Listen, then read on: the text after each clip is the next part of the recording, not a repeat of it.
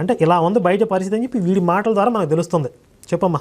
ఆయన నాకెందుకులే అని తిరిగి వచ్చేస్తున్నాను. ఇంతట్లో జ్ఞాపకం వచ్చింది, ఎప్పుడైనా ఒక పాస్టర్ ఒంటరిగా దొరకాలి అన్నావు కదా, ఇప్పుడు దొరికాడు, వాడు అంత చూడు అని నాలో ఉన్న అంతరాత్మ నాతో మాట్లాడింది.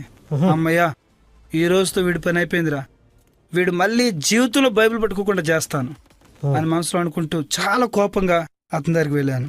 నా స్నేహితులారా, అతను నేను నా జీవితంలో మర్చిపోలేను. నా హృదయంలో ఉన్న చీకటంతా తొలగిపోయి దేవుని వెలుగు నాలోనికి ప్రవేశించింది. అది వెలుగు వచ్చింది చూడండి. ఇప్పుడు వెలుగు వచ్చిందా, తర్వాత స్వరం వచ్చింది. కొంచెం అటు ఇటుగా అవుతాడు. ముందు కొంతమంది స్వరం వచ్చింది, తర్వాత వెలుగు వచ్చింది. వీడికి వెలుగు వచ్చిందంట. చెప్పేగా నా అజ్ఞానాన్ని దైవజ్ఞానం పారదోలిన రోజు అది. నా ఆత్మీయ గురుడితనం సువార్త వెలుగు ద్వారా వెలిగించబడిన రోజు అది. ఇది ఖచ్చితంగా స్క్రిప్ట్ డైలాగ్స్ ఇవన్నీ. అర్థమవుతుందా చెప్పు. నా కన్నుల మీద పొరలు పొరలుగా ఉన్న